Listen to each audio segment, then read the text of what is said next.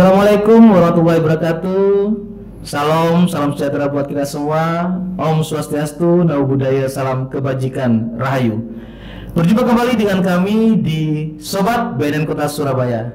Guys, pada kali hari ini kami sudah kedatangan tamu, yaitu Bapak Haji Ponadi selaku Kasubag BNN Kota Surabaya, dan Bapak Badi Supratikno selaku Subkoordinator Seksi P2M BNN Kota Surabaya, atau dulu dikenal sebagai Kasih P2M BNN Kota Surabaya. Gimana kabarnya Pak Pon, Pak Badi? Alhamdulillah, Sehat. Tetap semangat ya Pak ya. Nah, perlu kita ketahui bersama guys, saat ini kita bertiga sedang tidak pakai masker karena kita barusan melakukan swab antigen dan alhamdulillah kita negatif semua ya Pak ya.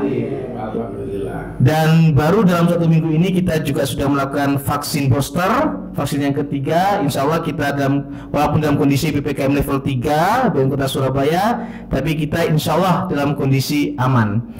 Nah, apapun gimana, sehat selalu? Alhamdulillah, dokter, sehat selalu. Pak Badi sehat? Alhamdulillah, dokter. Ya, luar biasa. Kali ini kita sedang WFO ya Pak ya. 50% sehingga kantor agak sedikit sepi, tetapi kegiatan terus berlanjut.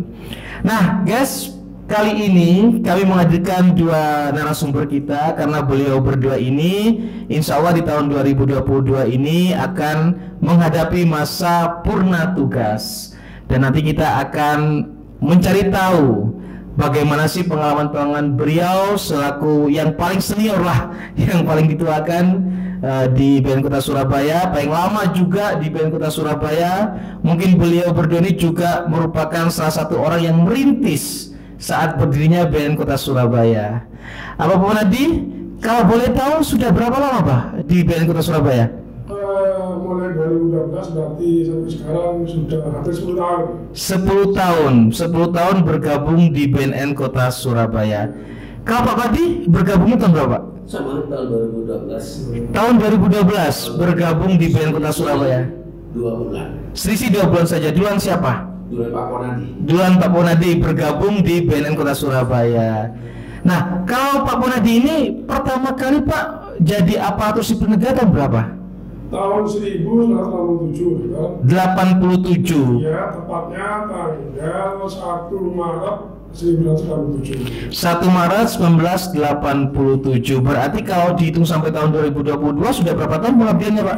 35 tahun total. 35 tahun guys. Jadi 35 tahun perjalanan Abah Ponadi selaku aparatur sipil negara. Kalau Pak Badi bergabung jadi ASN tahun berapa Pak? Bergabung di ASN tahun 1984. Lebih dulu. Oh iya. Berarti kalau kita gabung sudah berapa tahun Pak jadi abdi negara nih Pak? Tidak kurang 30, hampir 38 tahun. 38 tahun. Perjalanan 38 tahun tuh 38 tahun. bukan lagi perjalanan yang singkat ya Pak ya. Pasti banyak liku-liku dalam kehidupan. Ya. Pertama kali Pak Badi berdinas di mana Pak? Saya pertama kali berdinas di Dinas Kesehatan Kabupaten Gresik, Dok. Ya. Di Dinas Kesehatan Kabupaten Gresik itu saya ditugaskan di Kecamatan Kedamaian. Puskesmas. Di Puskesmas Kedamaian, di Ya. sana saya diserahkan tugas sebagai sanitarian. Sanitarian. Ya, jadi orang yang mengurusi tentang sanitasi lingkungan di wilayah Kecamatan Kedamaian. Kedamaian. Berapa lama itu Pak di Kedamaian? Di sana tidak lama. Tidak lama. Cuma 4 tahun saya di sana. 4 tahun. Tahun 1988 saya dipindahkan ke Puskesmas Cermi. Ke Cermi. Puskesmas Cermi ini adalah puskesmas yang lebih besar. Jadi kalau di Kedamaian itu desa binaannya cuma 15 desa, Dok. Ya. Kalau di Kecamatan Cermi, di Puskesmas Cermi itu desa binaannya ada 25 desa. Wow, berarti hampir separuhnya ya Pak ya. Jadi beban otomatis lebih berat gitu ya. Iya. Tapi Puskesmas Cermi ini termasuk sebagai puskesmas pembina. Tugasnya sama, masih sebagai Sanitarian. sanitarian di sana. Kemudian pada tahun 1999 saya ditarik ke Dinas Kesehatan Kabupaten Gresik. Ke kantor dinasnya ya Pak ya. Sampai tahun berapa Dinas Kesehatan? Sampai dengan tahun 2012. Oh baru sebelum ke BNN ya Pak ya? Sebelum ke BNN saya terakhir saya di sana di Dinas Kesehatan Kabupaten Gresik itu saya diserai tugas sebagai kasih penyihatan lingkungan. Betul. Berarti kalau di lingkungan dinas kesehatan ya Pak ya, berarti sejak tahun 84 sampai tahun 2012. Berarti liku-liku kehidupan dunia kesehatan sudah mahir ya Pak ya. Ya begitulah. Backgroundnya apa Pak? Basic saya dari teknik lingkungan. Oh iya, berarti cocok dengan sanitarian Pak ya. Oke, kita kembali ke Bapak Ponadi. Kalau Bapak Ponadi pertama kali penugasan selaku ASN di mana Pak? Saya pertama kali tugas itu di Puskesmas Kota Tuban. Tuban? Iya, mulai 1987 sampai dengan 1992. Oh, lumayan ya Pak ya. Tahun 1992 itu saya sudah mutasi ke Kabupaten Gresik, ditempatkan di Kepatian. Nah, di Kepatian itu saya mengabdi kurang lebih 92 sampai 98.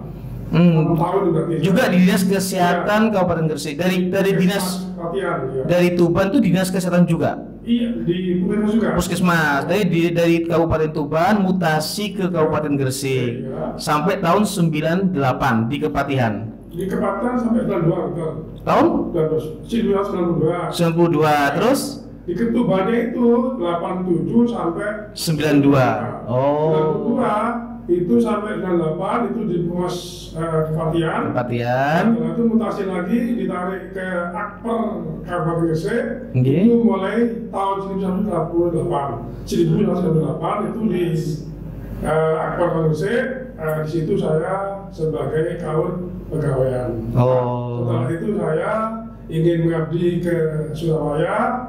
Ada kesempatan saya pindah di BNN Kota Surabaya. Terhitung mulai 2012. 2018. Oh 2012. Ya. Oke. Nah, Pak, ini kan dua-duanya Pak Badi dan Pak Ponadi kan backgroundnya orang dinas kesehatan nih. Nah kalau Abah Ponadi ini kenapa sih kok tertarik mau masuk ke BNN, Pak? Nah ya itu, pertama kali saya tertarik itu karena inginnya sekali mengabdi di tempat kelahiran yaitu Surabaya. Asli Surabaya. Iya, saya di Surabaya. Ingin sekali ngabdi di Surabaya. Di Surabaya. Capai tujuan saya. Okay. Waktu pertama kali pandangannya Abah Ponadi kalau melihat BNN itu apa, Pak? Nah, ya itu dokter. Yang jelas saya tidak punya banyak tempat. Saya tidak pengalaman pindah-pindah tempat, tidak punya. Ya jelas kita akan mau belajar lah, mulai jelas dari nol lagi. Karena kita belum punya sama sekali ilmu tentang BNN, apa sih yang dikerjakan di BNN, kita belum tahu sama sekali. Belum tahu sama sekali, iya. Masih buta ya Pak ya? Betul, ya kita sekolahnya ke teman-teman yang lama di BNN, yang lama dulu itu seperti Mas Udin, itu yang perlu saya tanya-tanya dokter.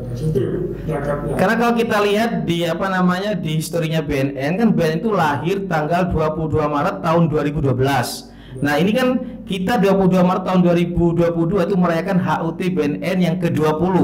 Berarti kan tahun 2012 baru pertama kali BNN berdiri ya Pak ya. Itu vertikal berarti ya, langsung vertikal ya Pak ya. Kalau lahirnya sih tahun 2002. Oh 2002? Iya. Oh BNN itu 2002. Oh 2002 ya, maaf. BNN Kota Surabaya itu BNN nih saya bilang. Iya. Itu tahun 2011. Oh, kalau BNN Kota Surabaya berdirinya tahun 2011. Tapi kalau BNN RI berdirinya tahun 2002. Oke. Sehingga pas tahunnya sekarang itu sudah ke 20. 20 ya, maaf. Bukan 2012 tapi 2002. Oke, kalau Pak Badi ini kan sudah menjabat nih di Dinas Kesehatan. Iya. Selaku pejabat eselon 4. Iya. Nah, kenapa kok tertarik pindah ke instansi yang baru berdiri, Pak? Sebetulnya sih saya nggak tahu BNN itu apa. Terus awalnya, cuman karena ada seorang sahabat gitu. Iya. Kebetulan komunikasi, ada informasi beliau itu sudah ada di BNN Kota Surabaya. Padahal di Kabupaten Gresik juga ada BNN. Iya. Nah, ini saya komunikasikan apakah dibutuhkan tenaga di sana.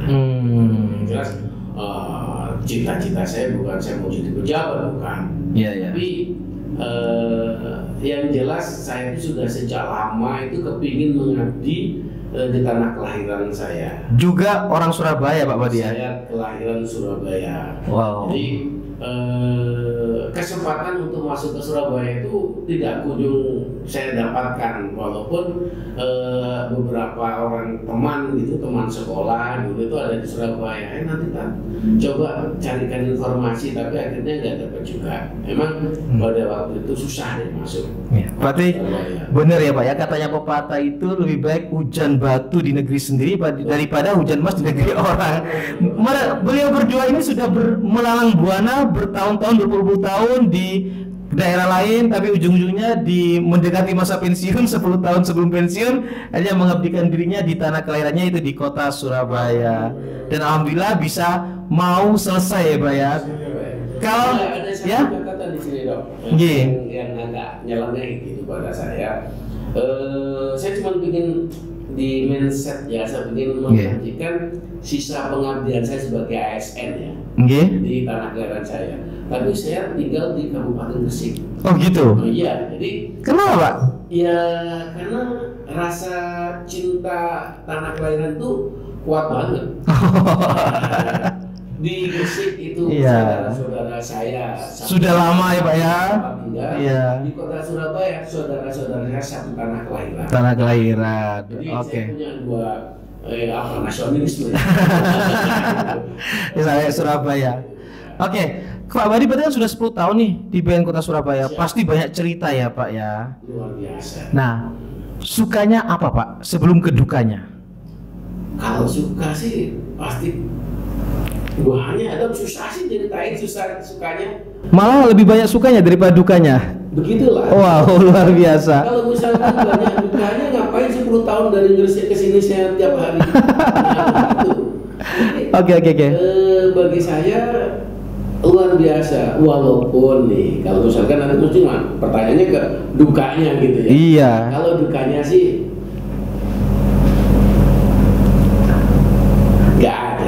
nggak ada Pak ya. Pak Badi ini kan bagian penyuluh ya Pak ya. Betul. 10 tahun jadi penyuluh. Betul. Nggak bosen Pak? Itu dia yang jadi suka. Jadi suka? Kan materinya itu aja Pak. Sekarang begini Dok. Iya. Sukanya apa? Ini ada satu. Ini kalau saya ceritain jadi merinding Dok. Kenapa Pak? Ya ini karena dari dari hati nurani ya. Ini bukan mengada-ada. Saya melihat di kota Surabaya ini, kota metropolis kedua di negeri tercinta. Ini luar biasa peredaran gelap dan penyalahgunaan narkoba. Sungguhnya saya di Surabaya itu ingin mencoba mengajak saudara-saudara saya yang satu tanah kelahiran ini, marilah kita hindari itu. Ini mindset saya.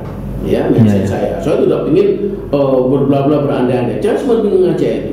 Ayolah, buktinya sudah nyata gitu. Kenapa sih kita harus menghindari itu penyalahgunaan narkoba, karena pasti merugi, ya. Jadi ada cacat fisik, cacat mental, otak jadi rusak kan. Ini saya punya kesempatan untuk mengajak mereka, menyampaikan informasi ya Pak ya, kepada mereka, menunjukkan saya punya kesempatan. Ini yang saya jadi suka. Jadi senang ketemu dengan orang yang berbeda-beda setiap hari. Mulai dari SD nih, SMP, SMA, perguruan tinggi, masyarakat umum. Luar biasa. Jadi sangat menarik ya Pak ya. Menjadi seorang penyuluh adalah profesi yang sangat luar biasa. Punya banyak sahabat, punya banyak teman, dan tentunya pahalanya juga banyak ya Pak ya. Nah, itu dia. Di kota Surabaya itu ada berapa kelurahan Pak? 154 ya kalau salah ya? Ada 154. Selama 10 tahun jadi penyuluh sudah berapa kelurahan Pak yang telah dikunjungi? Kalau selama saya jadi penyuluh ini,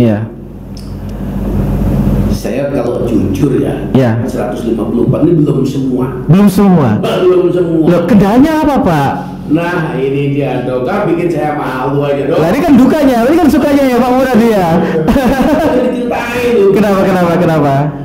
Sedikit aja lah Pak, buka-buka sedikit. Ya, karena kita ini BNN ini kan lembaga baru Dok. Nah ini masih belum begitu banyak dikenal oleh masyarakat. masyarakat. Nggih.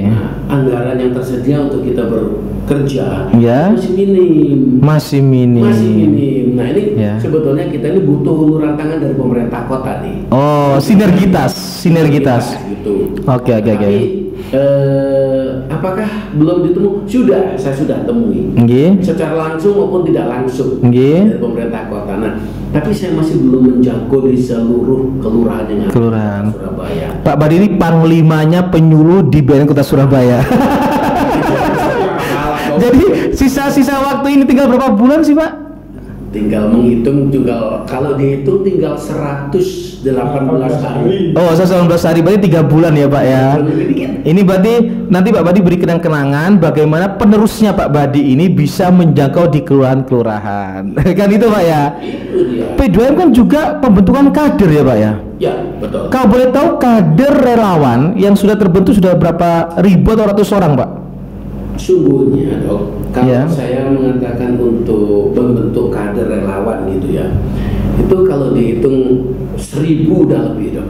1000. Itu terdata atau gimana? Itu dia masalahnya. Loh, apalagi masalahnya, Pak? Masalahnya kita tidak semua input di data. Oh. Kita dulu itu masih gimana simpang Ya. siur dok. Simpang siur. Bukti-bukti karena apa? Di awal kegiatan itu kita bentuk kader itu nggak sempat ini mau mengkompilasi data-data itu Oke. nggak sempat, dan lagi ada yang sudah meninggal, Oh. ada yang bergeser ke kota lain gitu. Akhirnya yang terdata sampai sekarang ini baru 450 sekian lah. Wow, lumayan 400 orang kader yang baru terdata. Banyak nanti tinggal ini PR dari penerusnya Pak Badi Mencari data. untuk punya basic data untuk relawan-relawan. Oke, kita kembali ke Abah Ponadi, guys. Nah, Abah Ponadi ini kan sudah istilahnya ya juga melalang buana nih. Tahun 87 jadi ASN di Tuban sampai 92 pindah ke Gresik sampai di Kepatihan, 98 pindah jadi ke Akpor ya, Pak ya. Nah, Akpor ini kan hampir dengan berhubungan dengan mahasiswa kan gitu ya, Pak ya.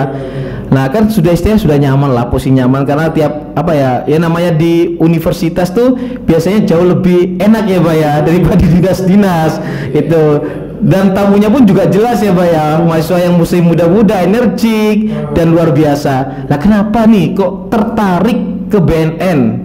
Nah, itu tadi, kembali tadi ingin sekali mengabdikan diri di tempat kelahiran. Nah, di tempat kelahiran. Kuat untuk saya mutasi itu karena itu, dokter. Tidak karena dari siapa-apa. Di BNN di waktu pertama kali mutasi, Pak, itu di posisi apa? Di saya di perencanaan, dokter.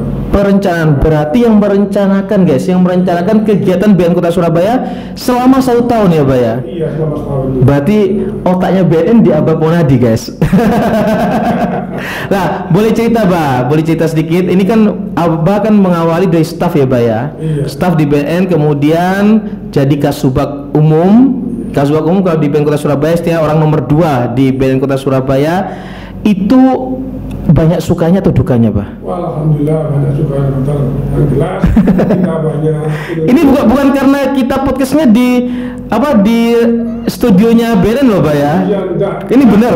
Ini bukan jujur aja. Jujur aja. Oke. Memang saya tuh punya prinsip karena kita itu sudah melalui ibadah. Yang jelas ini sudah merupakan pesan juga, dokter ya. Siap. Bekerja itu dimanapun ada kita harus menyenangi. Oh. Sehingga kita merasa nyaman. Oke. Sehingga itu dimanapun tempat itu saya merasa nyaman karena Nyaman. asalnya saya itu menyenangi pekerjaan itu. Iya. Apapun yang saya diberikan saya senangi pekerjaan itu. Pertama harus kita senangi dulu pekerjaan itu. Oke. Ya kita akan. Ini tips ya, Pak ya? Nyaman. Ya. Tips supaya kita itu jadi loyalis, berarti kita harus mencintai pekerjaan itu sehingga kita nggak ada beban dalam bekerja. Tapi tadi ada pertanyaan, ada pernyataan, Mbak, dari Pak Badi. Ada 154 kelurahan yang belum tercapai selama 10 tahun beliau jadi penyuluh, bahkan jadi kasih P2M. Jadi panglimanya penyuluh. Nah, itu karena salah satunya adalah anggaran yang terbatas. Nah, ini kan bagian perencanaan, Pak. Nah, itu bagaimana, Pak? Kok bisa istilahnya mungkin Pak Badi punya, ini Pak Pon, saya tuh punya rencana mau sosialisasi ke sekian puluh kelurahan, tolong dianggarkan. Nah itu bagiannya perencanaan itu gimana Pak? Kok bisa seperti itu? Gini dokter, karena anggaran di BNN itu sifatnya top down Dari pusat ke daerah. sehingga kita punya pemikiran untuk menambah anggaran untuk ini itu jelas terhalang. Oh bisa, gitu. Kalau dulu pengalaman betul ya. Nggih. Kalau di akper dulu itu kan dari bawah ke atas. Nggih. Apa yang dibutuhkan akper itu jelas kita rencanakan. Kan kita tahu rumah tangga kita sendiri sudah. Nggih. Apa yang dibutuhkan oleh akper itu udah tahu.